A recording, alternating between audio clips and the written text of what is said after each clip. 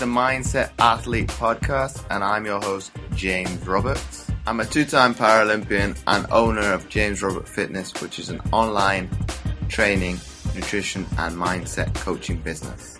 And each week on the Mindset Athlete, we like to bring you inspirational athletes, a message, or experts talking about human optimization to teach you how to change your perception of your mindset and become 1% better. And on today's show, I've got Cauvee, the inspiration engineer. So welcome onto the show, Cauvee. What's up, man? I appreciate you having me. I'm very grateful. I'm very excited to be here and to be able to build and connect with everybody. So yeah, thanks for having me. Oh, the pleasure's all mine. Obviously, we connected, a couple months ago in terms of get to know each other a little bit better, and it kind of went off like a house on fire and kind of went on. I think we spoke for about an hour and a half. Yeah, when you vibe with somebody and, there's that synergy, it just, you plan for a 15, 30-minute call, and then before you know it, like an hour and change gone by just because you're having a good time. So, yeah, it was awesome. So what I want to do and what I normally do on every episode is let the guests introduce themselves and kind of give a brief description and kind of how they've gotten to where they've come from. So I'll let the floor be all yours. Okay, awesome. Well, so Cauvee, the inspiration engineer, is a very unique story. I started in music. That's where I come from, right? And I had this brand called Artistic. It was R-TISTIC. And at the time, it was funny because my parents, they always, I call them hero speeches. They would give me these hero speeches early on and be like, you can do anything you want to do, be anything you want to be, right? And I'm like, all right, I want to be a musician. Like, that's what I'm going to do. And my dad's like, no, like, don't do that. Like do something else. So to make the story, give you a short answer, what I do as an inspiration engineer is help people find fulfillment using creative talent, right, combined with an educational component, which is now edutainment. So coming from the music space, and I'll elaborate on my story, that's what I do as a lifestyle coach. I tell people, like, imagine if Tony Robbins and Michael Jackson had a baby, or imagine if Drake was also a life coach, right? He's a musician and a life coach. So that's what I do, and that's what I'm here to help, is help other people build their brands and develop their creative gifts that way. And how do you think that, obviously, people listening can kind of identify with themselves? What's kind of and we touched upon this a little bit, so we'll go into a little bit more detail in terms of using music as more of a tool of inspiration and motivation. What is, for you more specifically, what do you think that actual cue is from an emotional standpoint? Well, I think that any creative gift, right, has the ability or the opportunity to be transformed or transitioned or utilized as a tool to inspire. I think just by the very nature of when you do something that you love to do and people are attracted to that, or you just love it so much that you're giving it, it's going to, by its nature, attract people. And I think that when you have that component, and then for me, like the inspirational engineer, it wasn't something that I originally saw. I started, doing like a lot of entrepreneurs, getting a lot of skills and getting a lot of ways to provide value, old school Jim Rohn, the more value you have, the more value you can offer, right? And then I saw this unique kind of gap.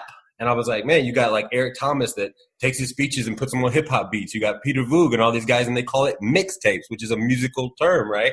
And so then I was like, man, like, okay, edutainment, like this is a thing. And then the last thing I'll just say on that, which is really interesting, is I started Googling, and I tried all kinds of things: artistpreneur, musicpreneur, edutainment. I was just trying all these different things. And then edutainment right now means gaming, like teachers in the classroom, like when they bring gaming and then they put it in their classroom, they call that edutainment. And so ultimately, to answer your question, any creative skill, any creative talent, anything that you use as something that you personally love, if you can take that trait, that skill, that characteristic, and now apply it in a way that can be useful for others, then you can build your own brand around inspiration engineering or what have you. So music was just the tool that I had started with. That's what I used. So the next point, it kind of goes probably very poignantly. I seen the post you put out. Well, I liked it today, but it's the post you put out last month. in terms of, you might not get it, but what was the inspiration behind doing the dance to music? What was kind of the vibe behind that one? Yeah, so okay. So I'm gonna answer this question a little bit longer answer, but I want your listeners, everybody, to vibe on this, right? There's so many rules that society creates of what should be professional, right? Like, this is a professional brand. Like, it looks like this, it feels like this, it has all these things. And for whatever reason, like, I've always grown up dancing. Like, me and my high school buddies, like, we went to dances and we love to dance. Like, like, I'm not a break dancer or a b-boy or nothing like that, but people like dancing. And so for whatever reason in my routine, I've got my morning routine, I wanted to inject more fun into my routine. It was just that simple. And I was like, you know what? I can dance. Like, all right, I think I can. There's probably people out there like, dude, you need to stop dancing. Like, stop dancing. Like, stop it. But I felt like, okay, this is something fun that I enjoy. I'm going to have fun with it. We had our hashtag for Friday, which was Free Fun Fridays. And so basically it was just a simple thought, like, I'm going to put this out for the world to enjoy. Maybe they'll enjoy it. Maybe they'll hate on it. I need more fun. It's fun for me. And I just leave it at that. So that's kind of how that came out to be. Well, it works quite nicely because the music that you use is, what is it, Timbaland's The Morning After. So it's poignant that you did it in the morning. You know what's funny is I never really thought about that concept. I promise, like, I don't put that kind of planning into it. I actually just play like a Pandora Timbaland like radio station. So whatever plays, like, and whenever it hits me, I mean, I don't like, okay, I know entrepreneurs that do that, right? So I'm not knocking nobody that's more systematic in that approach, but just, yeah, it's just like, okay, that hits me. Set up the phone, record, bam, we dancing. Yeah, I mean, that's just how it came about. But on that more serious note, in terms of planning and listen to you speak, Cauvee, I can get the vibe in terms of, well, you probably resonate very similar to me.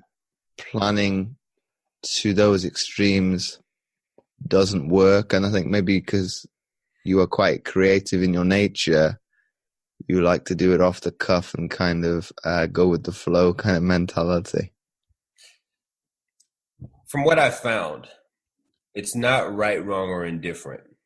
I have studied, and I think there's a lot of different personality and behavioral assessments out there. And I strongly advise anybody right now, like, if you haven't done, a DISC assessment, a Myers-Briggs assessment, there's a 16personalities.com, Project Evo, all these different tools out there to better understand how your brain and your operating system functions, right? Once you know how that functions, try some different things. I found that you need to have a balance of planning and a balance of scheduled and a balance of spontaneity. So you're absolutely right. Being a creative, being a rapper that used to freestyle, like we talk about improv, this could be for an actor, actress, this could be for a musician, whatever. But the principle of improv is the ability to create in the moment. And so with the ability to create in the moment, sometimes you get some really beautiful experiences because you couldn't have planned it any other way, right? So at the same time, there comes a time when you want to have certain planning and structure and things like that, because let's say you're doing a publicity campaign or a PR campaign or something like that, you need everything to line up. So you want, this article with this ad and this promo, and things need to be in alignment so it's not like all over the place. So what I found for me is a really good balance between structure and spontaneity. And you won't know where you fall in the spectrum if we're just saying like 10 is fully spontaneous and 1 is fully structured. You won't know in that spectrum where you fall until you try a lot of different things. And I tried 15-minute increments, like hard schedule on my calendar. Every single thing I do, 15-minute increment for the whole day. I tried that because this millionaire said, like, this is what's successful for me for your task and to-do list, and put it on your calendar. And so for me, it just felt too robotic. So you're absolutely right. I'm surprised you knew that about me. That's really cool that you're like that as well. But yeah, for your listeners out there, try some different things, see where you fall, and then implement or build your day around what works best for you. And so I'd say I'm 60-40, or maybe 70-30, right? Like structure to spontaneity. So that'd be about a pretty fair assessment. I wouldn't say it's me knowing about you. It's probably me being not spatially aware, being aware through implementing mindfulness and meditation, be able to take on board from what you're saying and get the gist of it, and probably be able to read body language and things like that. So I think as in getting to know you, I won't say we're very, very similar, but we do have similar traits in terms of how we operate. So I think it's probably a little bit easier than say somebody who's very, very structured to be able to relate, because, well, how you are as an individual, I shows a lot of those similar characteristics. So it's a no-brainer, really. It's like, well, I assume from what you're portraying, what you're saying, well, it's the language that's coming out. Well, this is what I'm hearing, so it must be this. And I'll be honest with the listeners. Well, and I talked about this more recently as we're recording on one of my Facebook lives. I think just last night with another trainer I had on, and we talked about, obviously, for our coaching perspective, the coach asked us, well, who is not very good with planning? And it was all of us. So you're thinking, well, okay, it's quite surprising you have, it's probably that resonance a little bit. We all gravitate to each other. So it kind of makes it makes sense, because we're all in the same boat, but coming from different spectrums and different, well, times in our lives, but we all have a systematic way of how we operate. We're very, like you said, it's very informal. It's very, I won't say there's no structure, but it's very much you wear your heart on your sleeve and you're going to tell it as it is. Whereas from probably a video perspective or say the audio format, that's not difficult because you're just speaking. Whereas when it comes down to writing something, that becomes more difficult because you have to sit down, have some structure, and think of how you're going to construct something, because it's not as easy, because you can't pick up those, as I put it, body language cues of those nature, because it's in written content. So it can be taken out of context. It can be perceived or protruded in any number of ways than maybe you had envisioned. And I think what you touched upon with that improvisation, I think athletes, the better ones, are able to be adaptable on the fly. We talk of it from that perspective. Right. It's trying to get people out of their plan A. Okay, show me what else you got in your locker, so to speak. If those athletes don't know what to do, thinking, well, I'm going to have an easy ride today because you're showing me everything. You showed me all your cards. I've been able to deflect it. Well, this is going to be easy. I've got you in my pocket. So I think those are the athletes that, per se, depend on what mentality you're coming from. Some people might say that's bad because you're deviating from structure, but what sport has become is an entertainment. You have to entertain the crowd. So that element of razzmatazz you'll see in highlight reels. So when a lot of the younger generations say, well, oh, did you see such and such?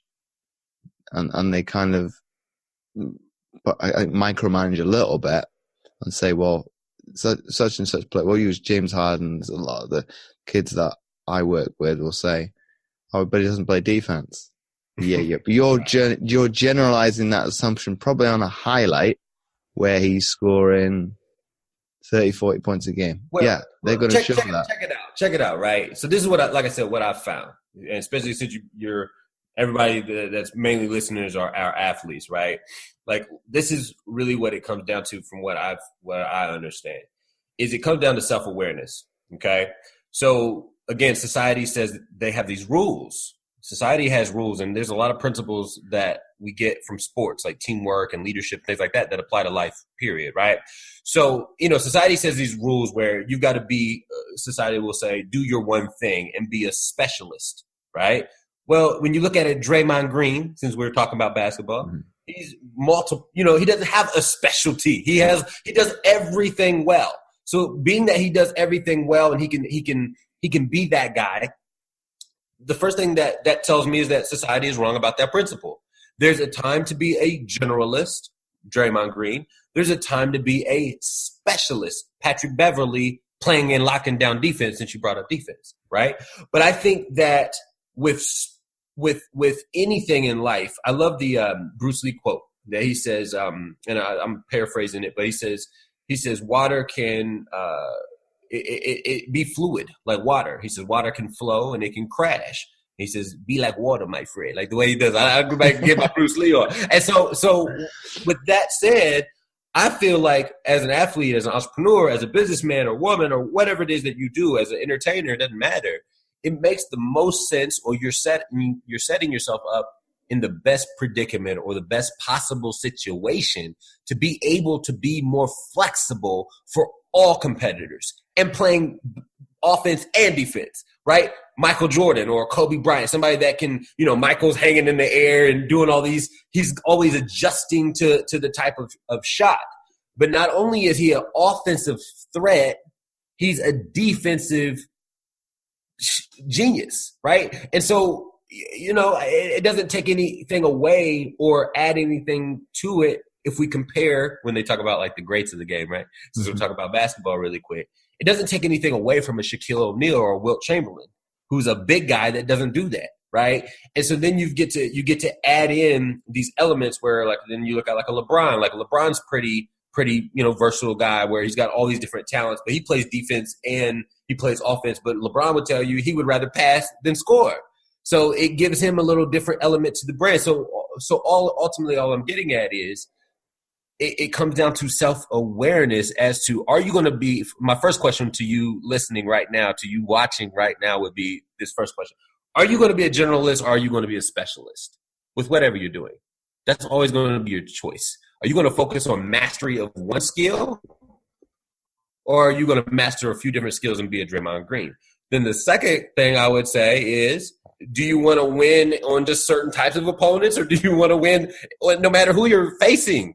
And if the answer is, well, I want to win no matter who I'm facing, then I'm going to tell you that it makes sense to be more flexible, right? But you don't get to come to these types of conclusions until you've tried a lot of different things, you've learned from a lot of different approaches, and then you figure out what works best for you so that you can implement it and add it to your game, whether it's basketball or soccer or it's football or it's business or it's life. It's all the same. And so those would be just some things that, I would throw out there for our listeners today, to challenge you in that way or think about it maybe in that way. I think it's going a little bit further than that as well, Cauvee, and being flexible to be on that spectrum. You're going to have to deviate.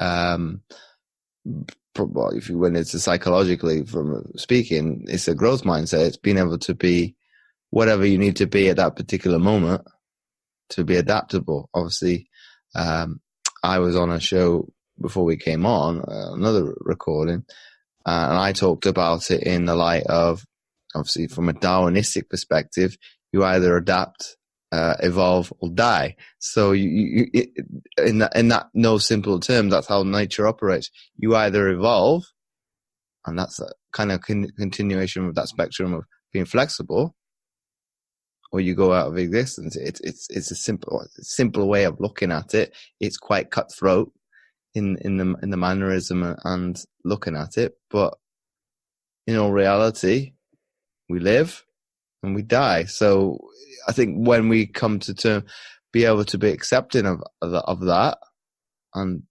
we are, in a sense, grateful, but to be alive every day as it comes, and you don't take it for granted, and you live your life to the fullest, and to do the best of the ability that you can, and to take that notion of flexibility, adaptability, and in some occasions, obviously, evolution, because you're going to grow as a person by doing that. You're going to be a better person all round. I didn't know that was Darwinism. It's like I think I learned that a while back, and now I'm like, okay, I resonate with that, right? I think that's absolutely right. I think that since I was talking about music, and like just to show everybody that it applies to all things, when Drake's a very popular musician, everybody knows these days, right? So when Drake came in the game, he didn't call himself Drizzy. He didn't call himself Drizzy until years in, right? And so people always talk about, in music, for example, you always got to reinvent yourself. I think, excuse me, some just I call about this. I think in business, you want to keep a ear to the ground and know what is always happening in the startup space, because startups are always innovating. So if you stay connected to innovation, you're going to reinvent that way. So absolutely, you're either going to. I mean, it comes down to you're either going to adapt, you're going to choose to evolve, or somebody's going to replace you because somebody is working that much harder. And so I also like when Tony Robbins says, you either grow or you die. There is no in between. It's just growth or death. Like, which one is it? And so, yeah, so I think you've always got to be in a constant state of sculpting whatever it is your craft is, and just keep tweaking and making those adjustments, making it better. But would you not agree also it's not reinventing the wheel sometimes? It's the simplicity in its simplest form. I think we do at times look to find a problem to a problem as opposed to finding a problem to a solution. Sorry, the other way around. A solution to the problem. And why reinvent the wheel if you don't need to? If something's working, why fix something that's not broken? That's an interesting concept. I think that I would challenge that philosophy a little bit, right? I would challenge it in a way to say, well, okay, well, if we focus on that at 100%, then you never innovate. I mean, you never really, what is innovation? Innovation is the ability to come up with something that didn't exist because it never existed. At one time, planes never existed. So if we stick to that philosophy and we hold on to that philosophy at its fullest, we would never have a plane. We would never have a car because it never existed before. Or in this current age, we would never have a robot or artificial intelligence because we never had it before. Or we would never have a computer. It's ongoing. I do agree, though, that you've got to stand on somebody else's shoulders. And so, like Steph Curry, for example, since we're talking about sports, could Steph Curry always shoot like that? No. Right? Who did he learn from? His father. Where did his father learn from? The grace that came before him, right? So before Steph Curry, there was Reggie Miller, right? After Reggie Miller, there was Ray Allen, right? And then here comes Steph Curry. So even though Steph Curry did innovate and solve a problem that really wasn't a problem in this case, right? Shooting a 37-foot three-pointer wasn't something that you needed to do, but he innovated in a way that nobody was doing that. So I don't think it's necessarily a necessity to innovate in that way. I believe that when especially if you're just getting going with something and you're not as well versed or maybe as experienced in whatever you're doing, absolutely, like you need to start with something very simple, something very basic, learning the basics. But as you build upon those basics, and now you've got, as they say, 10,000 hours. We've all heard that. Like you're going to put in, 10,000 hours of jump shots, whatever. As you started putting in your time, as you started putting in and studying those that come before you, as you start seeing, and that goes back to your original question of inspiration engineer, eventually you'll find a gap in what you do, or potentially you might. And if you do, then I say innovate. So that would be my only adjustment to that is there's a time to innovate, there's a time to be simplistic, there's a time to be a specialist, and there's a time to generalize. So it's just a matter of, again, being aware and knowing where you're at within those different dynamics. Well, I think the simplest, Tim, you talk about the basics, is learning your craft. It's learning where you need to improve, what you are fundamentally built upon. I think, well, for me, specifically with me playing wheelchair basketball, I would say it was built on, well, the defense isn't always good, and I know, and I don't hang my hat on that. I know some games I have a bad experience defensively, but I I'm not as hard as I used to be on myself and say, well, I think Facebook's a good positive for that. From that perspective, because you got Facebook Live, so you can watch the game back, obviously not in real time, but you can watch it back and look at your own performance and gauge it from that and actually reflect and say, well, okay, I didn't play as poorly as I perceived I did when we finished. And you can kind of get from a coach's perspective, well, you didn't do this. And then instead of having an outburst, you could say, well, okay, let me go look in the future of what happened, see if they're right. And I think on that rare occasion they were like, well, it's good I kept my mouth shut because they were right, and kind of take it from that. But I think I'm a harshest. I think you'd probably be the same. We're all our harshest critics. But I think if you take that awareness and taking a step back and looking at it in the bigger picture and taking on board people's it's not positive criticism, but their actual no, but as in they'll give you a pat on the back. Yeah, you did play well. But you might not perceive that. You're thinking, well, okay, they wouldn't say it for the sake of it. They're not telling you something that you want to hear, because it caught me off guard. I think the last game we had is like I was kind of chatting to somebody and said, "Oh, I've not played particularly well." They said, "Oh, you did." I've still not looked at that game back just to actually get an overall perspective of. I know I didn't shoot particularly well, but that I was fine with that. I was like, "Well, you didn't shoot well. I didn't shoot well in the warm ups." So as athletes know, you kind of reap what you sow. I didn't do the actual, I won't say the basics right, but I didn't have a good warm up. So there's no surprise in the correlation. I didn't particularly shoot well in the warm up. There's been times I shot well in warm up and I've not turned up in a game as well. So it's a catch-22. It's not being too hard on you if you do have a bad shoot around, because that's pointless. Because why be frustrated and uptight because it's a warm up? At the end of the day, you are going to be a little bit apprehensive, tense, because physiologically, that arousal level, you perceive it as worry, doubt, fear, and all those negative things that go with it. Right. Most people that have listened, well, the actual other end of the spectrum with excitement and joy and all that is the same. So I think if you refrain it from a different perspective and look at it positively, which I've done at times in game, I think I jokingly said in like the shoot around in one of the like more important games of the season, I was joking to one of the teammates, "Oh, I'm the team psychologist." And we kind of burst out laughing. I was joking, but around in what sense? As far as how you played? No, in terms of I'll give within like private groups, I'll give like the motivational speech or something like that. Because one of our team managers said, "Oh, would you go ahead?" And I think I used one of Eminem's songs to be the motivator, and I can't remember which one it was. You better lose yourself. I think it's that one. But I was like, and she said, "Oh, you're going to beatbox it in the huddle." I was like, "Yeah, no chance. I've got confidence, but I'm not going to be doing that because somebody might end up recording it." And it's like, well, I do have a little bit of self-control and be comfortable in that arena because of the background with education and being able to do it on my platform.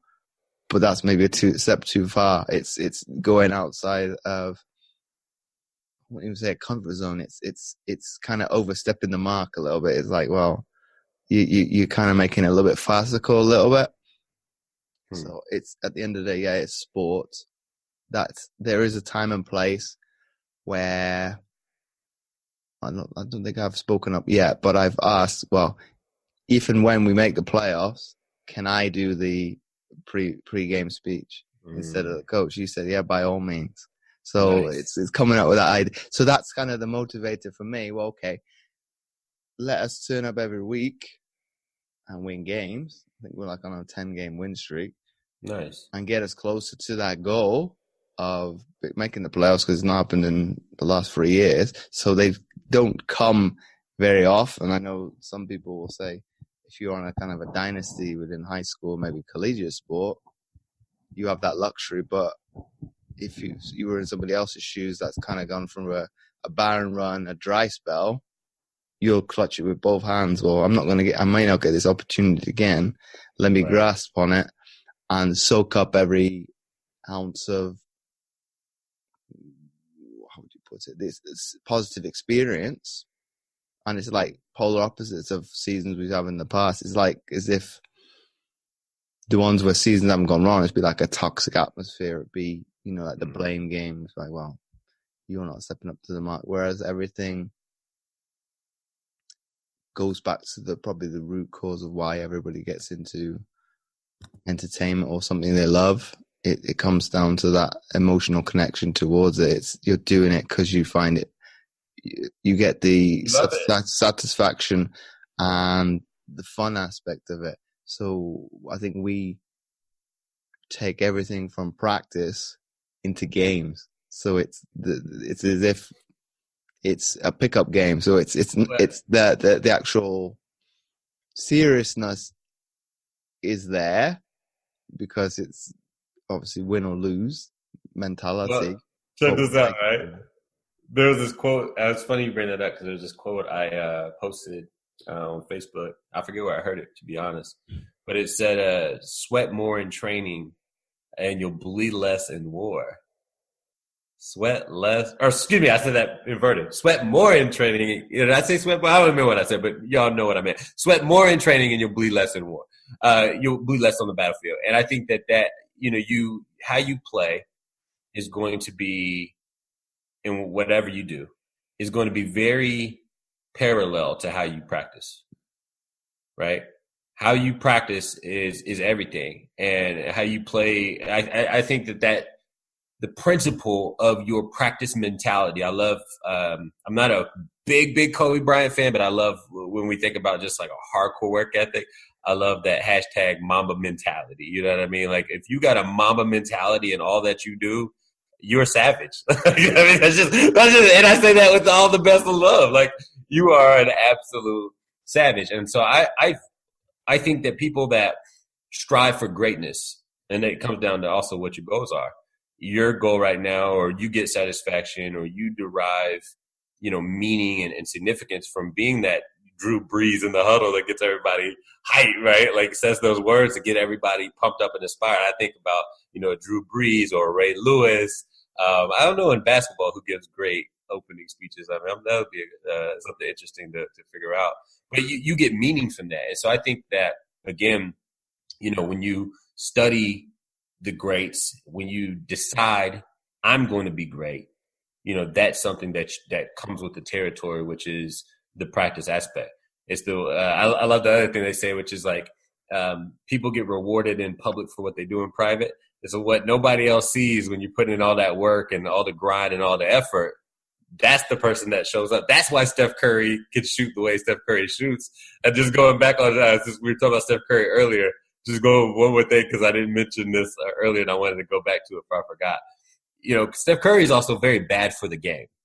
They talk about this, and I say this I love Steph Curry, so don't get it twisted, you guys. Everybody's probably hating on me like, whoa, what? Like, nah, like I love Steph Curry. But this is what I mean, though. This is what I mean.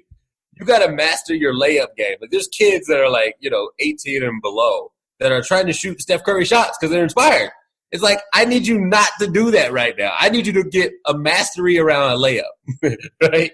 Then get mastery around a free throw. Then get mastery around, shooting a three-pointer. And then start practicing Steph Curry and then, full court or half court shots. Like, that's what I'm saying. Like, there's gradual steps to being great. Like, you don't just go from 0 to 100. I mean, you can. We call it a 100x return, but it's not like you said, it's not simplistic, right? It's not the best way or best approach to go about innovating. So anyway, I just wanted to say that earlier because that was before we lost that point. I wanted to mention that, and that's kind of what I mean around innovation. But that's also what I mean around practice. Steph Curry can only do that because of all the hours he put in since he was a little kid, shooting and practicing that way. So I just want to throw that out there for everybody. But if you go a step further, and this is very poignant in terms of where I'm working at with kids in high school, they'll say to me, "Well, why do you do kind of an old school approach to basketball and having like a post game?" It's like, well, I'm bigger than you, so why not? Right. Because I'm about to. You should. Is this a clean show or is this a parental? Is this for adults or is this for kids only? I can put explicit on it. It's explicit. Okay, so you should tell them because I'm going to Joe Embiid your ass. Like that's why do you do old school? Because I'm going to Joe Embiid your ass right now. That's what you should tell them. Well, it's probably the same with you and I with our fathers. That's exactly what they did to us. Is I'm going to use my size. Well, my dad's 6'3", and what was he? Say high hundreds. So he was big boy. So I think when I eventually beat him, it's like no, that's enough, James. No more. We're not playing anymore. But it was back to the basket. But that's very much of nowadays as old school. It's not the norm. It's the big boys are out there on the 3-point line as well. It's like, okay, it's an evolution as we talked about previously. So that's when you're actually comparing the greats, it's impossible now because of how the game has evolved down the eras. It's like, well, you talk of what Will Chamberlain, of all that generation, 3-point line didn't exist. Right. Him scoring, what was it, 60? I think 100. He scored 100 points. There was only 5 teams in the league, so. Right. Hey, you want to hear a funny story? I haven't ever told this story publicly. It's actually quite entertaining with what we're talking about right now. You want to hear it? Yeah, go on. So, when I was like 16, 17 years old, right? I'm a pretty thin guy. If you guys have never seen me, I'm not huge. I've luckily gradually over time I started to fill out in width, but I've always been 6'4", from high school, whatever. But I've always been very thin, and so when I played AAU basketball, I actually had to play against Big Baby Davis, Glenn Big Baby Davis, but he wasn't Big Baby back then. He was Baby Shaq. And so we're playing, which is funny because he actually went to LSU. We are playing in AAU, and so he goes down to the post, right? And he just hits me, and you guys can't see me right now, so for those that are just listening to the broadcast, but he just hits me with a little forearm like this, and I go flying away. He just turns around and he just dunks. I don't remember how many points he had. He probably had 30, 40 points. But so then what I did, to come back, and I'm from Indiana, so in Indiana we play. Indiana is a state where it's for those that don't know, in USA, Indiana is a state where it's a basketball state. When you are 4 years old, would you go further than a basketball state and say almost a religion? Basically, right? Whether you're male or female, when you're very young, your parents are teaching you basketball. Facts. You learn the mechanics of how to dribble with your right hand, how to dribble with your left hand, how to lay it up with your left hand, how to lay it up with your right hand. So even kids that aren't very talented or aren't very good or don't even like basketball, they know how to play. It's just what we do. So, from that type of upbringing, I was like, okay, big baby, I got something for you. I'm going to take you out to this 3-point line, and I'm going to eat you up. And so, not in arrogance or an ego, and just telling you the facts. I actually played a good game. I had 22 points, but it's funny how the game has evolved, right? And I was watching a game the other day, and they were talking about, who was it? I think it was Dennis Scott and Chris Webber, but they were talking about basically, it was a bad shot to come down the court on a fast break and pull up for a 3. Nobody did this. If you did that back in the day, you're getting taken out of the game. You're coming out, coach is sitting you down. And so that's what I think is really interesting, is just how the game has evolved. I think that once you, again, put in those hours, what things you do very well. And if you're doing a Ben Simmons hook shot, Ben Simmons brought back the Dr. J, Magic Johnson hook shot. I haven't seen that in a long time, right? But if you got this little different thing to your arsenal, that's what's going to make you stand out and be different. So I just thought I'd share that because it's pretty funny. You talk about being a big man and being a post player versus being able to go outside and get buckets. Well, I'm not that big. I'm what am I, 5'8", 5'9" at a push? Okay, I'm talking about kids that are a little bit smaller than me. The ones that are bigger than me. You're being a bully. I mean, you're being a bully. No, it's character building. Fact. But I think with the ones that are taller than you, the kids' perspective, they'll push back. They'll push you back. Okay, some of it's fat. I'll let it go because it's kind of street rules. But it's like, well, you can't physically put your hands all over my back and push me away because it's a foul.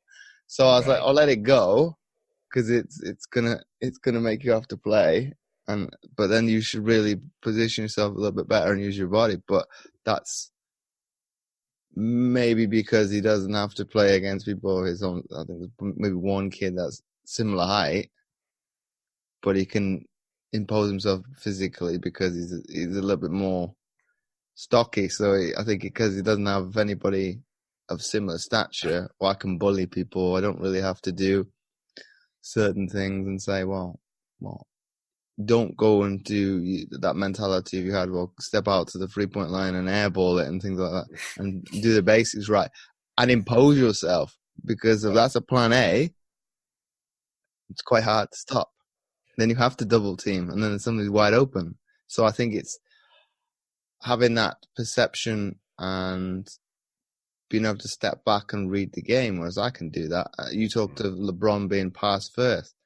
Well, I've gone, as I've progressed through the ranks, from being a point guard when I started out with the team I'm at to playing as a forward. And I actually like it because I think wheelchair basketball's very much probably like how able-bodied basketball used to be. There is big boys in there and it's quite physical inside, but that's fun because as long as you can accept getting smacked in the head and all that contact that's going to come with it, I love it. Whereas with the point guard one, it can be quite boring at times. But that instilled with me, I say the fundamental. But that was how I was when I picked up a basketball as a kid, as an able-bodied within school where I was growing up. So I'd be very much pass first. Whereas now, because I have a play as a forward, obviously the emphasis is on scoring. Yeah, I'm quite happy. I don't need to inbound the ball. The ball's eventually going to come to me. I'll do it when it's on the stat sheet. So it's like, well, you get the recognition. Whereas sometimes the pass, the initial pass, you don't get the what's the word I want to use? The actual acknowledgement of it. And I think the only sport that's the case would be ice hockey, and that's it. The second person does get an assist, whereas in basketball, I don't know, American football, when it would be like a lateral and then down the field, well, the first one that's done the lateral doesn't get anything. Okay, that's a highlight reel, but you don't get anything from a stat perspective, from a touchdown perspective. But I think if you're inclined to do in a sense, is a basic and doing the hard graft, it's behind the scenes, but people closer to the game will acknowledge it because it's like, well, if you didn't do a pick, for example, well, somebody's not open or screen off the ball. So those skills in itself, you don't get glorification for it.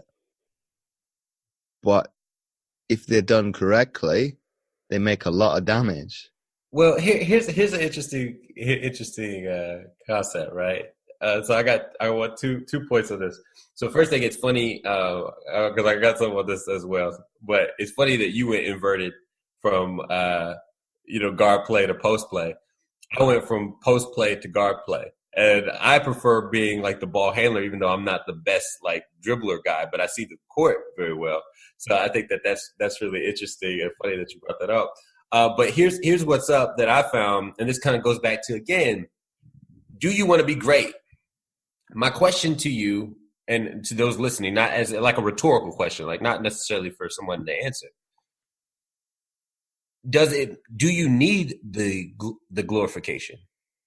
See, it's the things that people don't like. I mean, nobody like when you think of like a Dennis Rodman, like he's hitting the boards, right? That's all he does.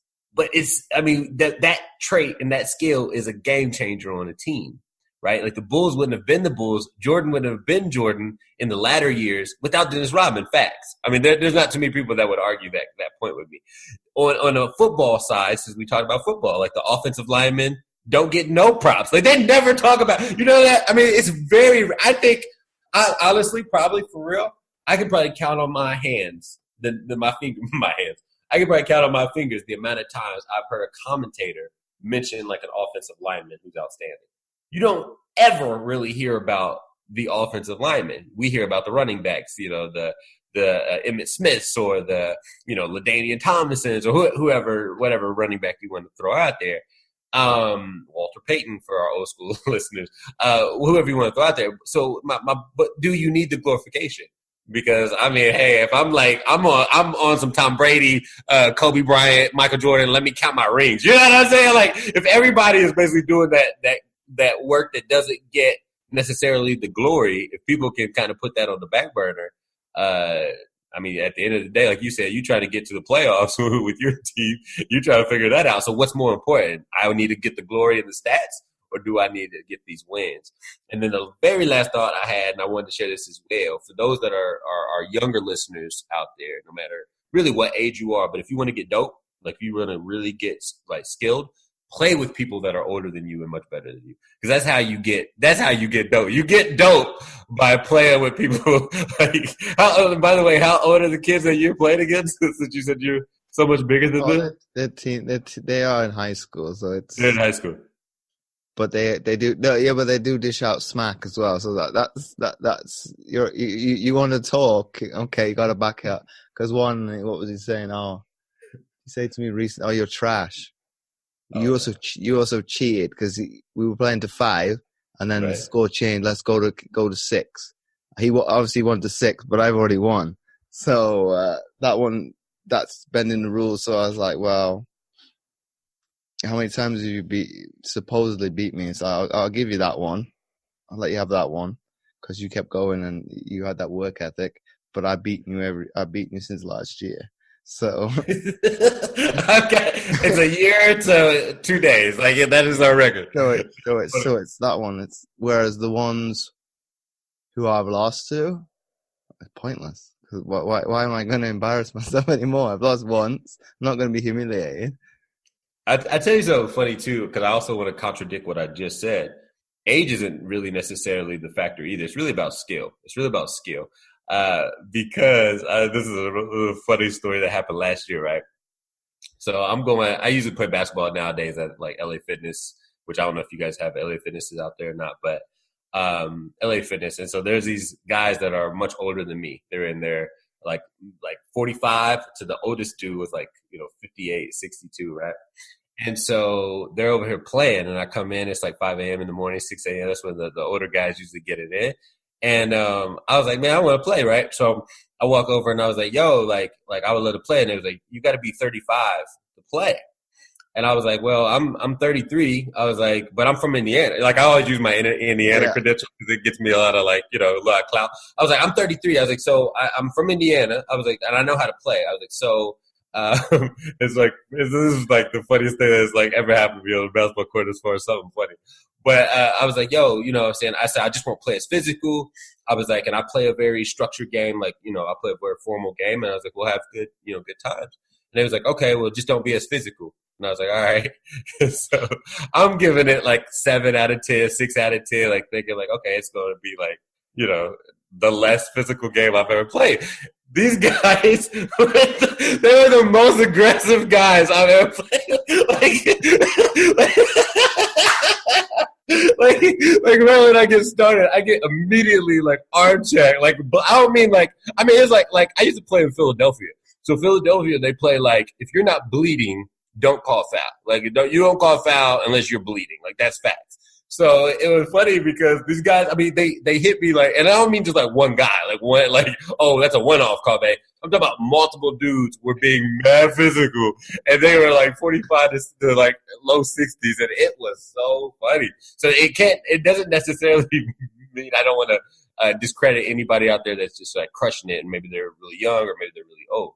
But I'm just saying, like, if you really want to develop your skill, you want to play with people that are way bigger and better than you, because that's going to develop, your talent and being able to take a foul and finish, being able to, take contact, being able to dribble better, shoot better, all these different things. By playing with people that are much better than you, you'll be able to develop and ramp up or compound, as they say in business. You'll be able to compound your skill. So I just wanted to throw that out there. I thought that was pretty funny. And my penultimate question to you, Cauvee, would be, well, how do you challenge or change your perception of your mindset? Ooh, well, I can only speak from what I have done or what's worked for me. One of the biggest things that work for me, there's a lot of people that hate on motivation.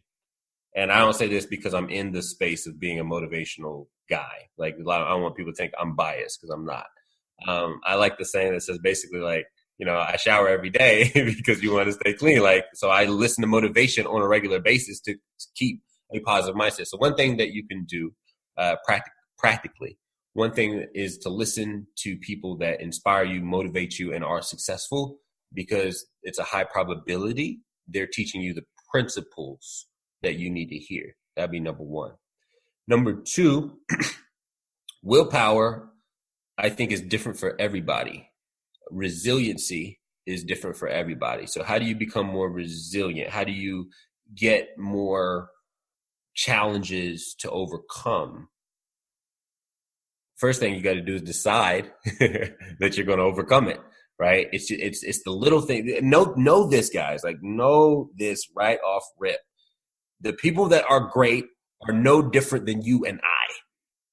The only difference, if we want to call it that, is that they have chosen and made the decision that no matter what, and you guys have probably heard this, feel the pain and do it anyway.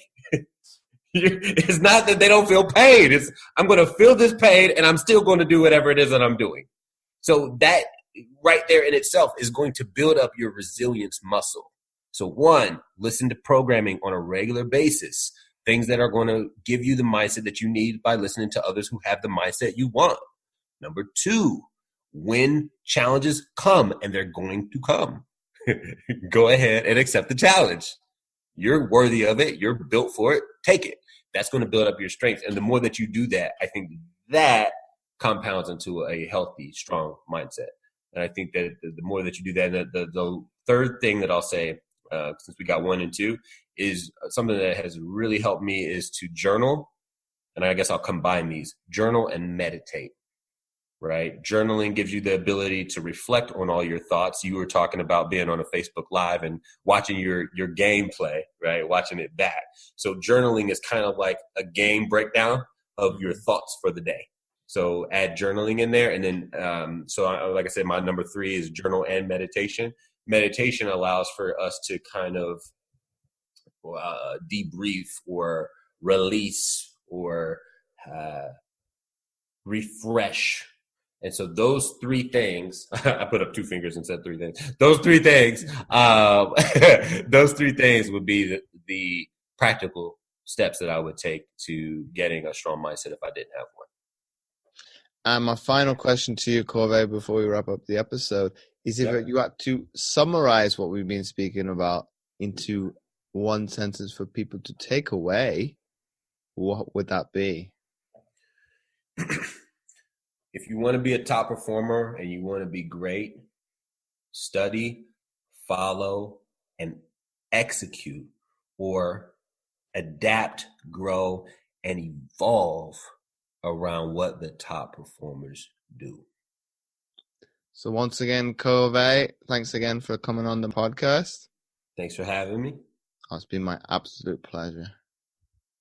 Boost. If you like this episode, please do share it with your friends and let Cauvee and I know what you thought of the episode by tagging us over on Instagram at Cauvee, that's CAUVEE, and at James O. Roberts 11. Again, you can do the same on Twitter and Facebook. And check out his motivational group on Facebook. And again, do check out my free content at fitamputee.co.uk/free-resources. Make sure to check those out. The links will be in the description. You can find all the show notes at mindsetgame.lipson.com under the category Psychology. So once again, thanks for listening, and I'll catch you next week for another episode of the Mindset Athlete Podcast.